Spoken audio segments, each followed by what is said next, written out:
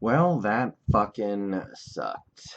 It is 1:30 in the morning right now. I just got done watching the game less than 10 minutes ago. I'm tired, and now I'm also pissed off. So it was a quick end to the season, effectively, and I guess there's no point in being all that mad about it because basically we found out tonight the team is not that good.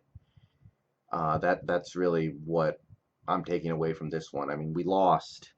We lost to a heavy underdog. We lost at home. We lost to an unranked team.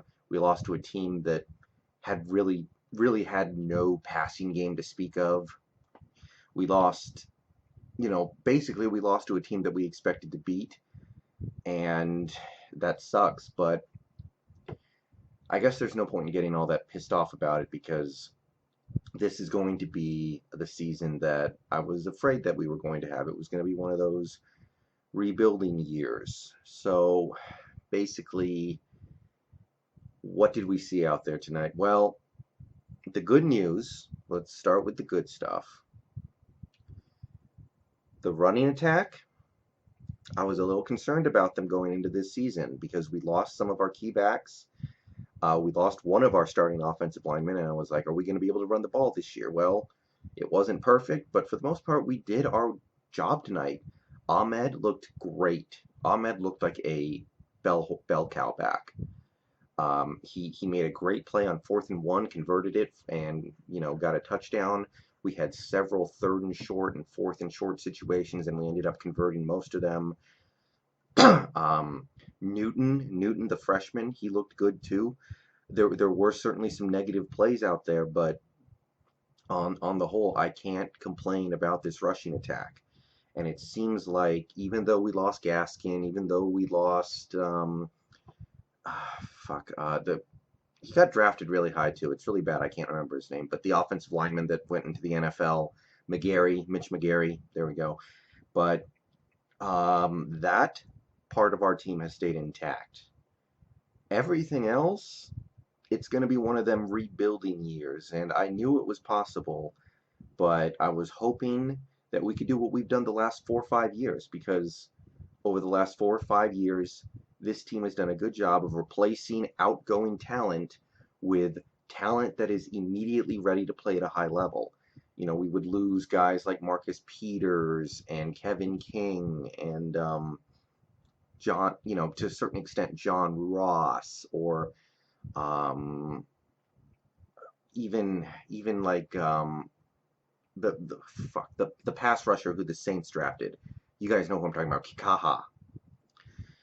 Those guys would go to the NFL, and the next year we'd still be really, really good in that aspect of football. And it'd be like, wow, we had no problem replacing those guys. But this year, especially on defense, it finally seems like we might have one of those years where we're waiting for guys to get it together.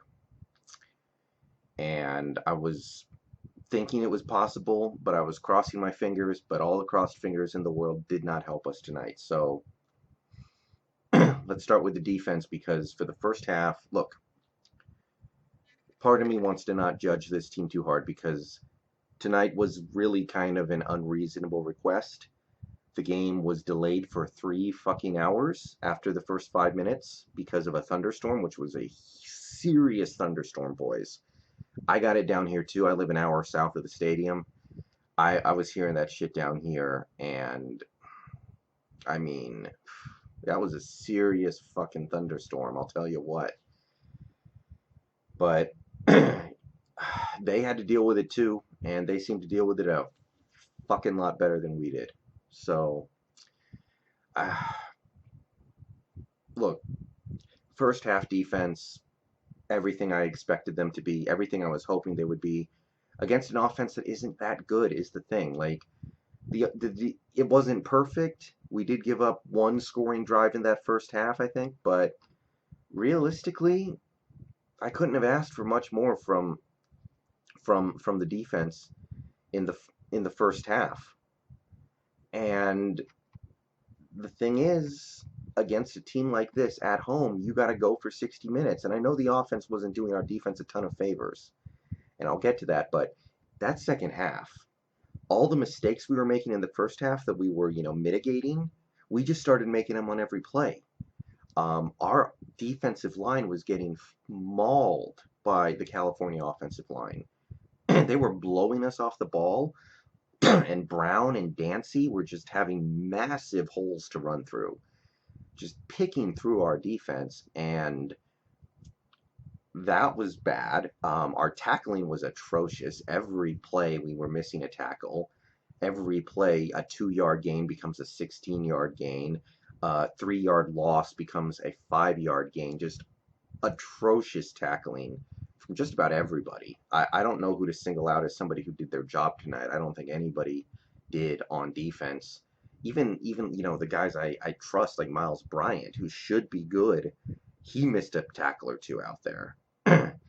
I saw some low effort on some plays out there. I didn't think our guys were, fully invested on a lot of those plays. And that third quarter was some of the worst shit I've seen from a UW defense since probably before Peterson got here. Just getting run over by a team that offered very little threat through the air, by the way. Very little threat through the air, and we still couldn't stop the run. It was a combination of a lot of things, but, for me, it started with getting blown off at the line of scrimmage. So our defensive front, they've lost players, and they have not yet replaced them. And this looks like it's going to be one of those years where we try to bring some guys along, and hopefully they're ready next year, but this year ain't it. And the secondary, I mean, California does not have a prolific passing attack at all.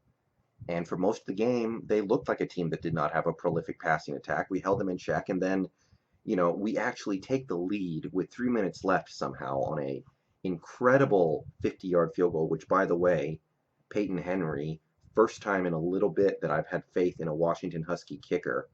So he's got a little bit of goodwill with me right now. Makes a few more, and I'll feel really good about our kicking situation for the first time in a few years. So there's another positive, I guess. But all we need is to, get a stop on defense, and right away, Garbers, not a prolific quarterback at all in this game. He did very little. Immediately hits a, big play, beating our freshman corner. Very next play goes after the freshman corner again. Pass interference, 15 yards. They're in field goal range. Next play, a couple of missed tackles and bad angles, and they're inside the 5-yard line. Good night. So we needed our secondary to come up big there when they actually had pressure on them to perform, and it didn't happen. So down on those guys too. Seems like we didn't replace some of our defensive backs very well this offseason either. And yeah, it's going to take a while for me to feel good about them again, because that was bad. Offensively, Jacob Eason didn't play a very good game. He missed a few throws. The pick he threw was bad. He had Fuller for what could have been a touchdown on the final offensive drive of the game and overthrew him. We ended up settling for the field goal, which, we made it, but who knows if we score a little faster. Who knows what happens. But I'm having a hard time really holding anything against him. Number one, he could have been Jake Browning out there, basically. With the game plan we had, screens to wide receivers, dump-offs, little slants. The only thing that differentiated him from Jake Browning tonight, other than the fact that he was throwing bullet passes, would be like 2 or 3 plays where he actually got to air it out. But for most of that game, it was like we had the handcuffs on him. We just didn't want him to sling the ball around. We didn't want him to take any chances. We didn't want him to try to make a big play. And for a lot of that game, I felt like I was watching a true freshman quarterback who had a noodle arm, who we just didn't trust. And I know the weather was bad, but by the time we got back out there after the delay was over, the it was fine, so I don't want to hear that. And I don't think you can put that on him. We know that Jacob Eason has a cannon for an arm. Let him use it once in a while. He used it one time tonight. He overthrew the receiver, and it was with like 4 minutes left in the fourth quarter. So, yay. I'm not going to jump up and down about that. And I got to put that on the coaches. I got to put that on the play calling. And I also, and this is probably the biggest failing grade I can give tonight, the receivers, tight ends, receivers, backs, anybody who was targeted on a catch, they were some garbage tonight, man. And I talked them up after last week. I had faith in those guys after last week, and they made some great plays last week. Tonight, there might have been about Jacob Eason threw maybe, I think, 12 incomplete passes tonight. I think 6 or 7 of them were drops. Aaron Fuller had some bad drops. Baselli had a couple of bad drops. Ahmed, who played a great game on the ground, had a really bad drop on an early screen pass that could have affected the game. Just, I was up here with our pass catchers after last week. Now I'm all the way down here. That was atrocious. And you can't really blame the weather. Weather was fine by the time those guys got back out on the field. I don't want to hear that. So yeah, not totally defending Eason. That was not a good game from him, but the game plan was not was not put in place to take advantage of his talents, and the receivers got to help him out. You know, if Aaron Fuller makes a pretty routine catch on a third down on the final drive of the game, we might pick up the first down there. We might drive down, grind the clock. Maybe we get a touchdown. Instead, we're kicking a 50-yard field goal that by some miracle went in, and we still don't get it done. And now I'm left wondering, what if? So yeah, big fail for those guys. Discipline, not great.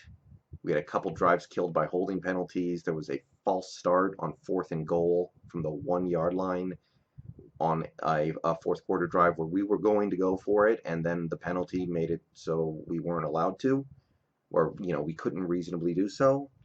So that was not a good look. Also a big F minus to the time management at the end. California got 1st and goal at the 3-yard line. We had 3 timeouts left and like a minute and a half. And Cal ran the ball 3 times, kicked a field goal, and we got the ball back with no timeouts and 8 seconds left on the clock. So first of all, we should have let Cal score. We should have let California go in for the easy touchdown and gotten the ball back with a minute and a half and 3 timeouts. But ignoring that for a second, because I understand it's hard to realize you're supposed to let the guy score in the moment. Chris Peterson, what the fuck are you doing with the clock, man? We could have gotten the ball back with a minute 20 left or a minute 10 left, no timeouts. We could have gotten the ball back, with, 1 timeout and, 30 seconds left. Just so many ways we at least give ourselves the opportunity. And I'm looking at Chris Peterson right now. This is not the first time he's screwed up late game management. And tonight was especially atrocious because it just seems so obvious.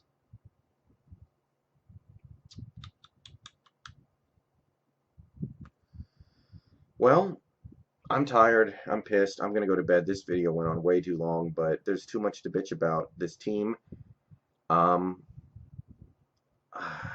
mean, obviously, whatever playoff hopes we had this year are gone. You don't lose a game at home to California and expect to get any credit from the national media. You don't expect to get any benefit of the doubt at the end of the season when they're tallying up who they think is going to get in. And, if we can lose this game, we can lose to a lot of teams. So, yeah, rebuilding year. Maybe we'll get it together by the end, but I'm not seeing much with this team right now.